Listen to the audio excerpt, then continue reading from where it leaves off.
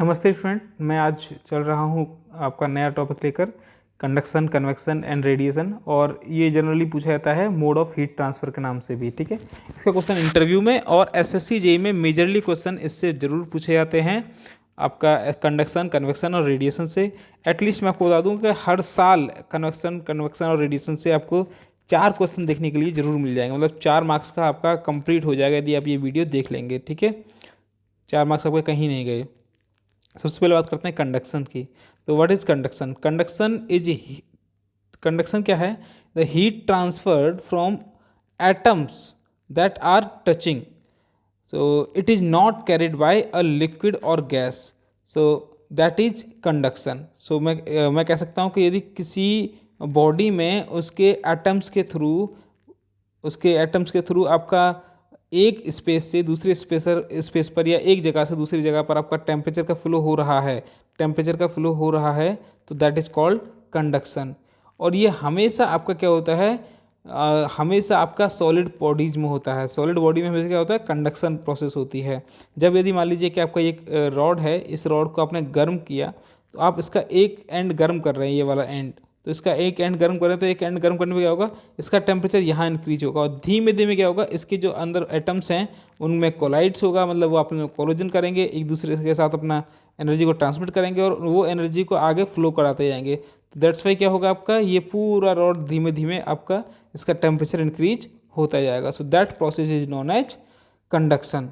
ठीक है, देखिए कंडक्शन प्रोसेस जो होता है उसको हम लोग हीट ट्रांसफ़र रेट जो फाइंड करते हैं, वो it can be find out the value of Fourier's law. It is Q equal to minus K A D T upon D x.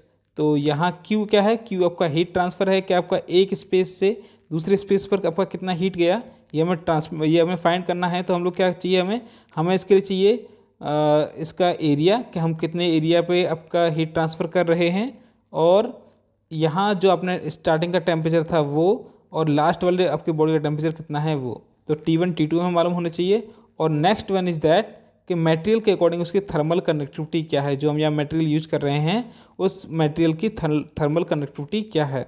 ठीक है, so that's is called Fourier's law और Fourier formula which is used for find out the value of rate of heat transfer in conduction process, that is Q equal to minus K A D T upon D X. अब कोई पूछेगा कि sir यहाँ minus क्यों लगाया, तो देखिए minus इसलिए लगाया कि आपका जो टेम्परेचर है वो यहाँ पर ज़्यादा है और यहाँ पर कम है। तो धीमे धीमे जैसे जैसे आपका लेंथ और ये आपका जो डिस्टेंस है वो बढ़ता जाएगा, वैसे वैसे इसका क्या होगा, टेम्परेचर कम होता जाएगा। So that's why it is taken minus.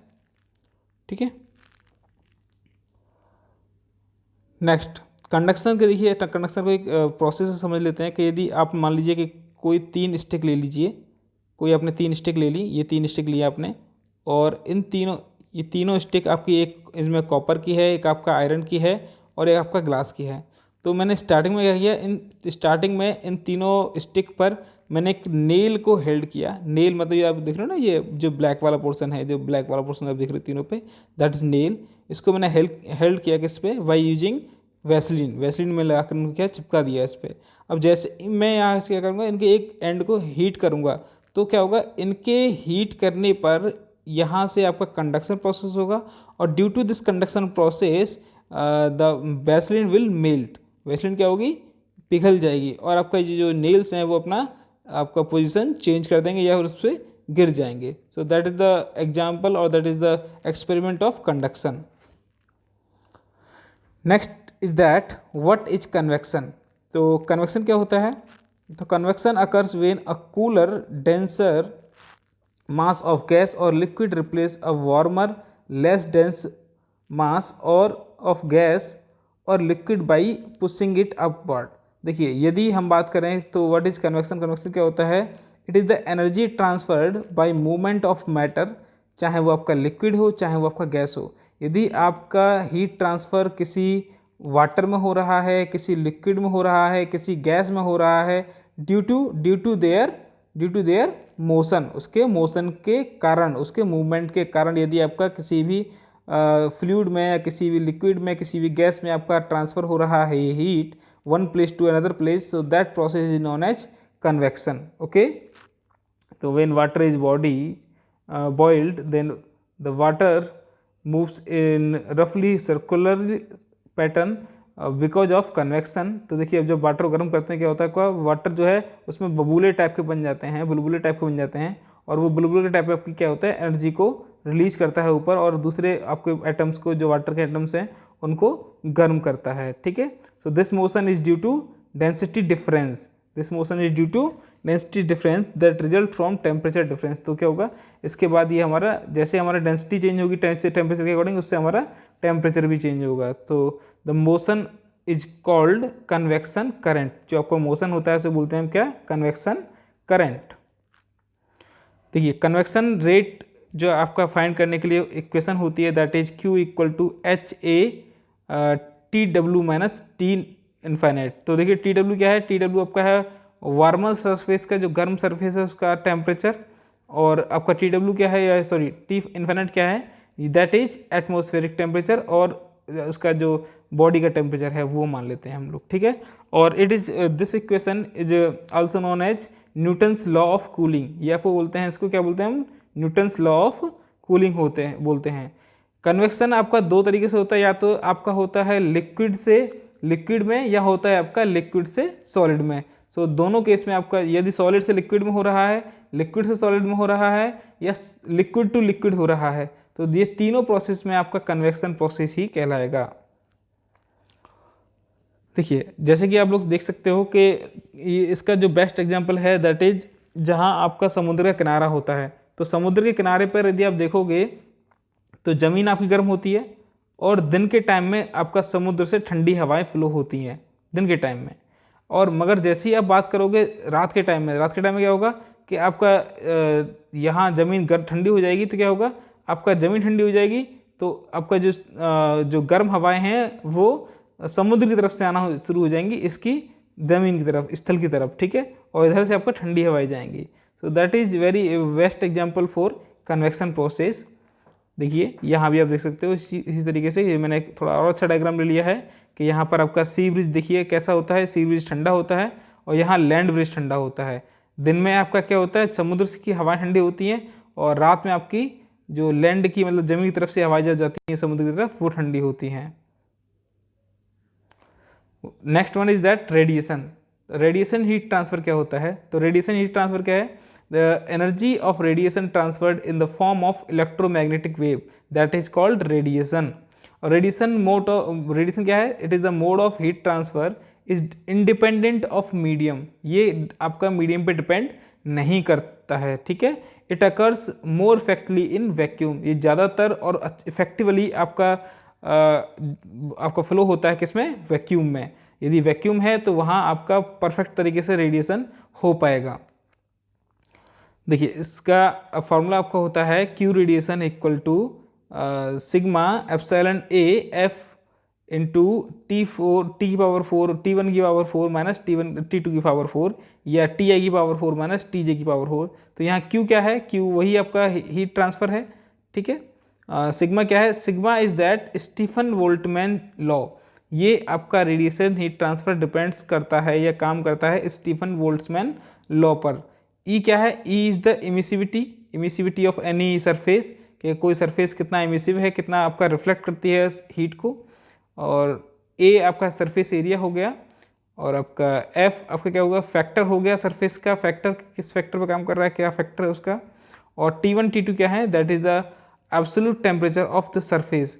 जो हमारा सरफेस है हॉट सरफेस, और जो हमारा कोल्ड सरफेस है, उनके बीच उनका जो एब्सोल्यूट टेम्परेचर है दैट इज कॉल्ड Ti और Tj। Ti क्या होगा, Ti आपका होगा हॉट सरफेस का टेम्परेचर, और Tj किसका होगा, जो आपका वर्क सरफेस है, जहाँ वो हमें हीट जो गर्म करना सरफेस, उसका टेम्परेचर।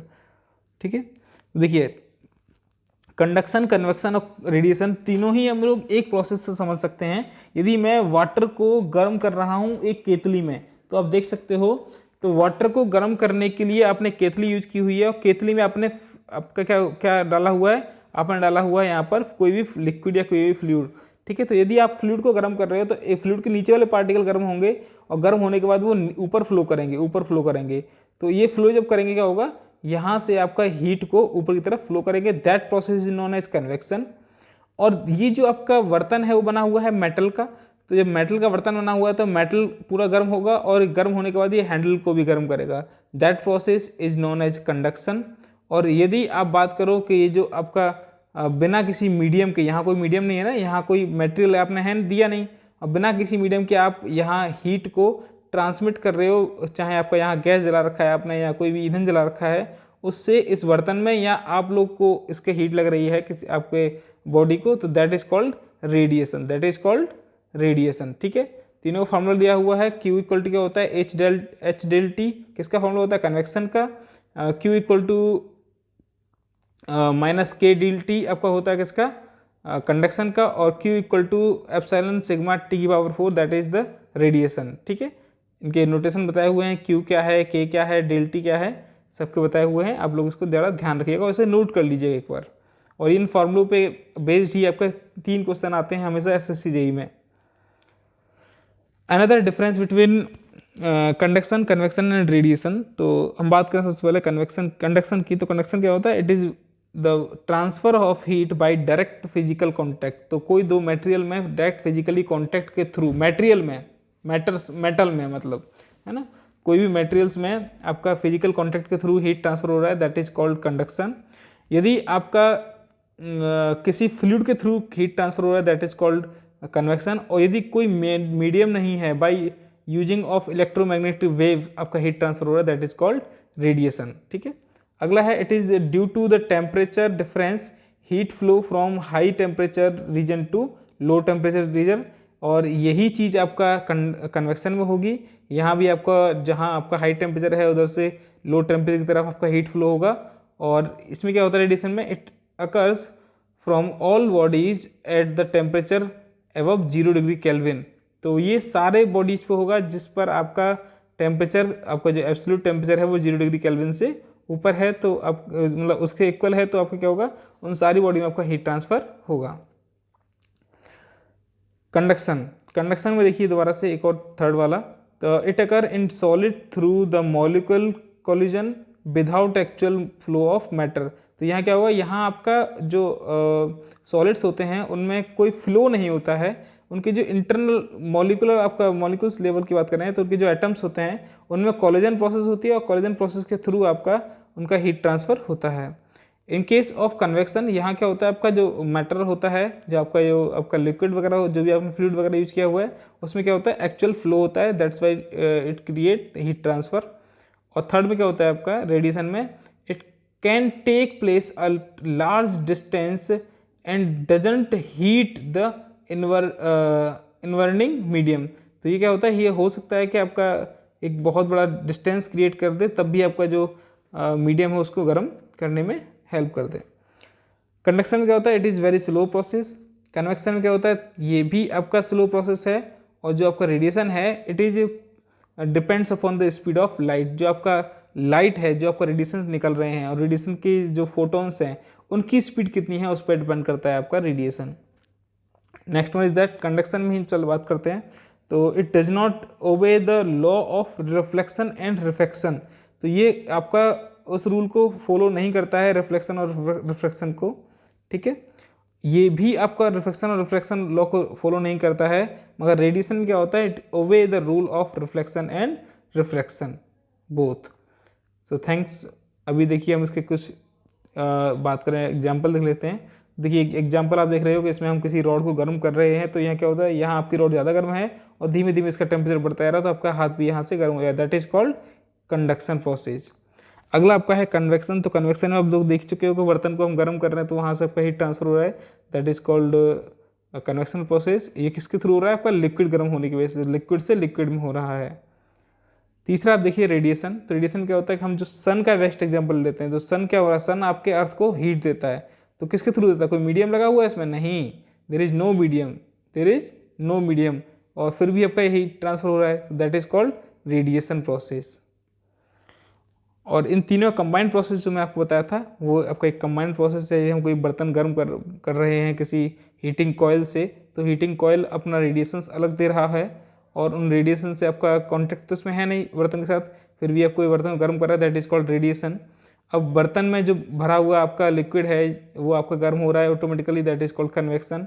और बर्तन से आपका हैंडल गर्म हो रहा है, दैट इज कॉल्ड कंडक्शन। सो ये तीनों का एक एग्जाम्पल हो गया, बेस्ट एग्जाम्पल है ये। बात करते हैं थर्मल कंडक्टिविटी की। What is thermal conductivity? तो it is the ability of a material to transport the heat, कि एक मटेरियल की ऐसी एबिलिटी जो कि हीट को एक जगह से दूसरी जगह फ्लो कर पाए, that is the thermal conductivity. According to Fourier law, it can be defined as the thermal conductivity is the ability of material which can increase the 1 degree temperature at 1 mm distance equal to the heat flux. तो कह सकते हैं हमसे कि जो आपने heat flow किया उसके इक्वल होता है आपका थर्मल कंडक्टिविटी यदि आपका टेम्परेचर डिफरेंस 1 डिग्री सेल्सियस हो और आपका जो डिस्टेंस है वो भी 1 mm हो, ठीक है, that is called thermal conductivity. इसको और देख लेते हैं डिफाइन कर लेते तरीके से। तो a measure of ability of a material to transfer heat given to surface either side of the material with the temperature difference between them, and the thermal conductivity is the heat energy transfer per unit time and per unit surface area divided by the temperature difference, that is thermal conductivity। इस फॉर्मूले से ही बोल दिया इसने, इस फॉर्मूले से ही बोल दिया इसने, ठीक है। तो क्या है thermal conductivity? Thermal conductivity is the heat energy transferred per unit time and per unit surface area divided by the temperature difference, okay। तो इसकी SI यूनिट क्या होती है? SI unit of thermal conductivity it will be watt per metre, ठीक है, और ये वाट per metre kelvin, या कह सकते हो वाट पर मीटर केल्विन, या फिर इसका जो नोटेशन क्या होता है वाट मीटर की पावर इनवर्स के की पावर इनवर्स, ठीक है। तो ये आपका थर्मल कंडक्टिविटी का फॉर्मूला हो गया, जहाँ से आपको के फाइंड करना है। के कैसे होगा आपका, निकाल दोगे यहाँ से आपकी, कोई दिक्कत नहीं आएगी। थर्मल डिफ्यूजिबिलिटी, तो थर्मल डिफ्यूजिबिलिटी और थर्मल कंडक्टिविटी दोनों ही आपकी किसी भी मटेरियल की प्रॉपर्टी होती हैं। तो that is thermal diffusibility, it is noted by alpha and the material's ability to conduct heat relative to the its ability to store the heat, कि कोई मटेरियल की एबिलिटी जो कि कितना आपका अपने अंदर स्टोर कर लेती है हीट को, that is the ability of any material which use to store the heat in it, ठीक है। फॉर्मूला क्या होता है? फॉर्मूला आपका होता है अल्फा इक्वल टू के अपॉन रो सी पी, के अपॉन रो सी पी। के क्या है मेरा? के आपका क्या है? थर्मल कंडक्टिविटी है। रो क्या है? डेंसिटी ऑफ मटेरियल है। सी पी क्या है? Is the specific heat at constant pressure, specific heat at constant pressure, ठीक है। और अल्फा जानते हैं, अल्फा क्या होता है आपका? थर्मल डिफ्यूजिबिलिटी होता है, थर्मल डिफ्यूजिबिलिटी होता है अल्फा आपका। तो एग्जाम्पल देखिए, एग्जाम्पल ले लेते हैं। तो estimate the thermal diffusibility of a peach at 22 degree, ये हम ऐसे निकालें तो ये आपका थर्मल डिफ्यूजिबिलिटी निकालेगा आपका। तो स्पेसिफिक हीट की बात करें तो स्पेसिफिक हीट क्या होती है? Specific heat the amount of heat required to raise temperature of 1 unit amount of substance by 1 degree. 1 degree Celsius temperature बढ़ाने के लिए किसी 1 किलोग्राम वस्तु का 1 डिग्री सेल्सियस टेम्परेचर बढ़ाने के लिए जितनी हीट की जरूरत पड़ती है, that heat is known as specific heat, ठीक है। यदि हम उसके कांस्टेंट वॉल्यूम को लेके बात कर रहे हैं तो it will be the specific heat at constant volume, और यदि हम उसके प्रेशर को बात कर रहे हैं लेकर के उसमें प्रेशर चेंज ना हो तो that will be the specific heat at constant pressure. तो कांस्टेंट प्रेशर वाली हीट को दिखाते हैं सीपी से और कांस्टेंट वॉल्यूम वाली हीट को दिखाते हैं सीवी से। यूनिट सबका एक ही होता है। एसआई सिस्टम की यूनिट की बात करें तो किलोजूल पर किलोग्राम केल्विन होगा। इंग्लिश सिस्टम की बात करें मतलब पाउंड एफपीएस की से बात करें मतलब आपका सिस्टम की, तो वो क्या होता है BTU upon pound degree Fahrenheit. और यदि आपका एमकेएस की बात करें तो दैट विल बी कैलोरी पर ग्राम केल्विन, ठीक है। तो ये क्या होगा आपका स्पेसिफिक हीट के यूनिट्स हो गए। इनका कन्वर्जन भी आपको दिया हुआ है कि 1 किलो जूल पर किलोग्राम डिग्री केल्विन में कितने आपका FPS के अकॉर्डिंग आपका वैल्यू होता है और कितना आपका MKS के अकॉर्डिंग होता है। तो ये दोनों इक्वली होता है, लगभग 0.239 टाइम होता है आपका SI सिस्टम के। ओके, स्पेसिफिक हीट मैं आपको बता दिया कि यदि हम बात करें प्रेशर के टाइम पे तो आपका क्या होगा formula, Q equal to MCP del T मतलब T2 माइनस T1, ठीक है। और जो आपका CP होता है वाटर के लिए, मतलब specific heat of water at constant pressure, it will be equal to the 4.18 kilo joule per kg kelvin होता है, ठीक है, जो कि इक्वल होता है आपका 1 BTU upon pound degree Fahrenheit के, और या इक्वल टू होता है आपका 1 calorie upon gram degree kelvin के, ठीक है। तो ये अलग अलग आपका लिक्विड्स का अलग अलग आपको दिया हुआ है कि कितना आपका जो स्पेसिफिक हीट होता है कांस्टेंट प्रेशर पे वो कितना होता है आपको दिया हुआ है, लिख लीजिएगा, नोट कर लीजिएगा इसे। अगला आपका आता है सरफेस हीट ट्रांसफर कोफिशिएंट। तो it is basically used in newton second law, या कन्वेक्शन जो हम हीट ट्रांसफर की बात कर रहे थे वहाँ यूज किया जाता है। तो क्या है ये, when a body is placed in flowing stream of liquid और gas, the body temperature will change until the eventually reaches in equilibrium with the fluid.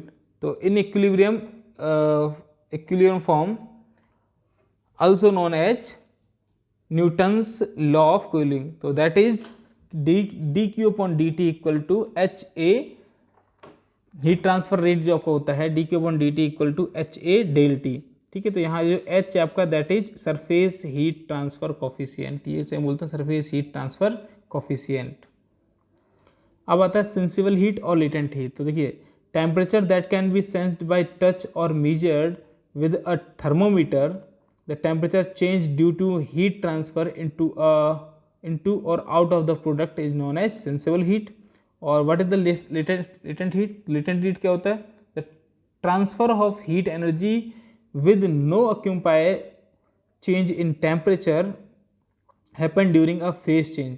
तो latent heat आपका वो हीट होती है जो कि बिना किसी बॉडी के टेम्परेचर को चेंज किए उसको एक फेज से दूसरे फेज में कन्वर्ट करने का काम करती है, that is called latent heat. चाहे वो आपका लिक्विड को गैस में करे या गैस को सॉलिड को गैस में करे या सॉलिड को लिक्विड में करे, तो इन सारे केस में आपका जो हीट है वो कहलाएगा आपका लेटेंट हीट कहलाएगा। अब लेटेंट हीट का जो वैल्यू है वो आप देख सकते हो, ठीक है,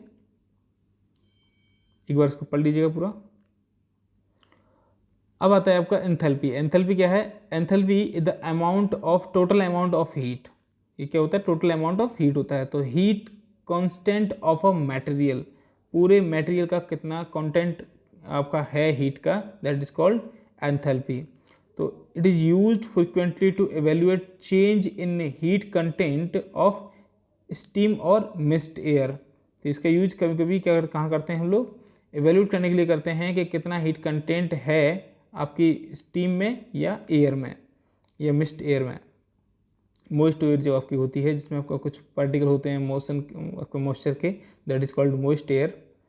तो combined form of latent heat and sensible heat is known as enthalpy. तो डी क्यू जो इक्वल टू होता है आपका एम H2 माइनस H1। तो एम क्या है यहाँ पर? एम आपका है आपका जो मास है वो है, H2 H1 क्या है आपका?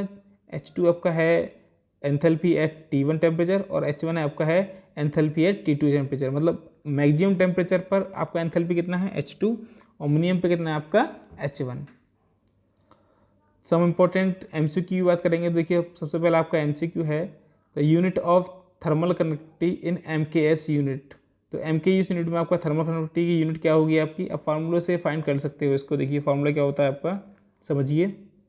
ये होता है आपका Q equal to K minus K A Q upon ए कर सकते हैं DT अपॉन TX, ठीक है। तो हम जानते हैं हमें निकालना है इसका यूनिट। तो क्या होगा? हीट का यूनिट क्या होता है? हीट का यूनिट क्या होता है भैया आपका? वाट होता है या कैलोरी होता है, किलो कैलोरी। और ए का यूनिट क्या होता है? एरिया होता है, मीटर स्क्वायर। टीटी का टेम्परेचर हो गया और डीएक्स का dx का आपका हो गया सिंपली मीटर। तो यदि हम इसे फॉलो करेंगे तो क्या होगा आपका ऑप्शन नंबर कौन सही होगा इसमें? ऑप्शन नंबर आपका बी सही होगा। ऑप्शन नंबर आपका बी सही होगा ये वाला। अगला क्वेश्चन आपका है the unit of thermal conductivity in SI unit. तो एसआई यूनिट में हमें यदि निकालना हो तो क्या होगा हमारा? तो देखिए थर्मल कंडक्टिविटी है तो इसमें आपका हीट ट्रांसफर होना ही है। तो हीट का वैल्यू क्या होता है? या तो जूल पर सेकंड होता है या फिर वाट पर वाट होता है। ठीक है, तो दोनों केस में आपका जो यहाँ पर आप ऑप्शन देख रहे हो ऑप्शन नंबर बी और ऑप्शन नंबर सी, ये क्या होंगे आपके राइट आंसर होंगे। जूल पर सेकंड भी आपको वाट होता है और वाट तो वाट है ही है, और मीटर डिग्री केल्विन आपका आंसर हो गई।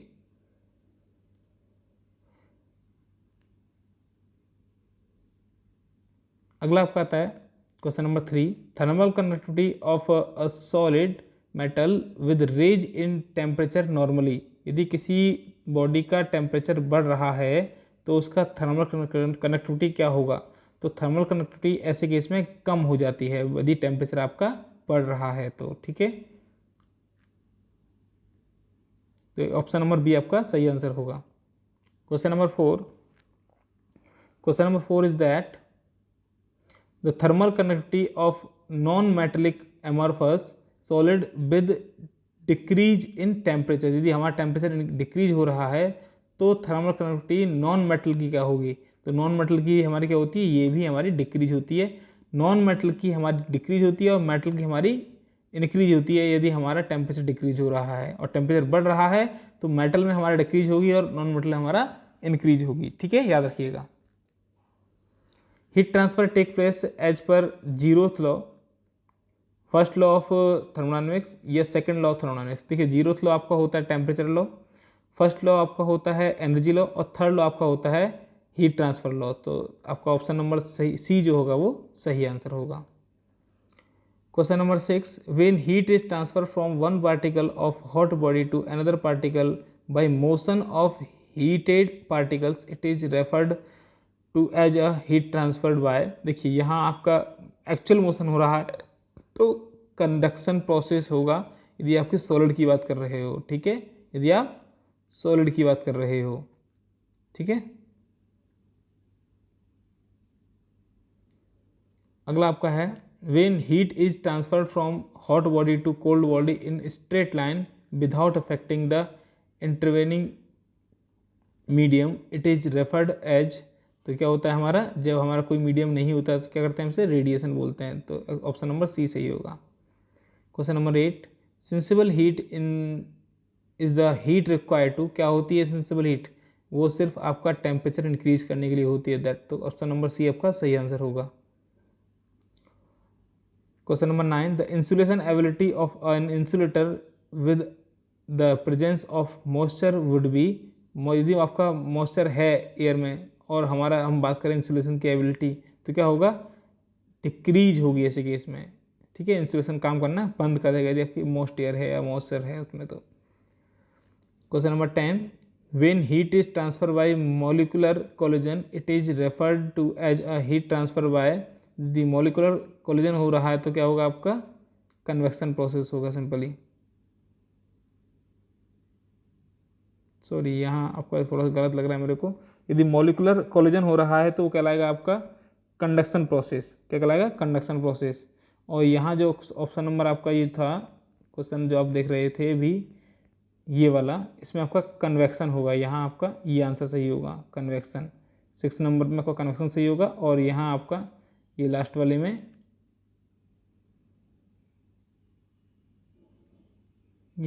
आपका कंडक्शन प्रोसेस होगा। ठीक है, तो ये ऑप्शन गलत डाल दिए हैं। So thank you for watching this video. सो अब वीडियो को लाइक करना ना भूलें और इसको सब्सक्राइब करना ना भूलें। जिन लोगों ने सब्सक्राइब नहीं किया अभी तक वो लोग सब्सक्राइब जरूर करें इस मेरी वीडियो को, और जो साथ में बेल आइकन है उसको भी प्रेस करें। Thank you every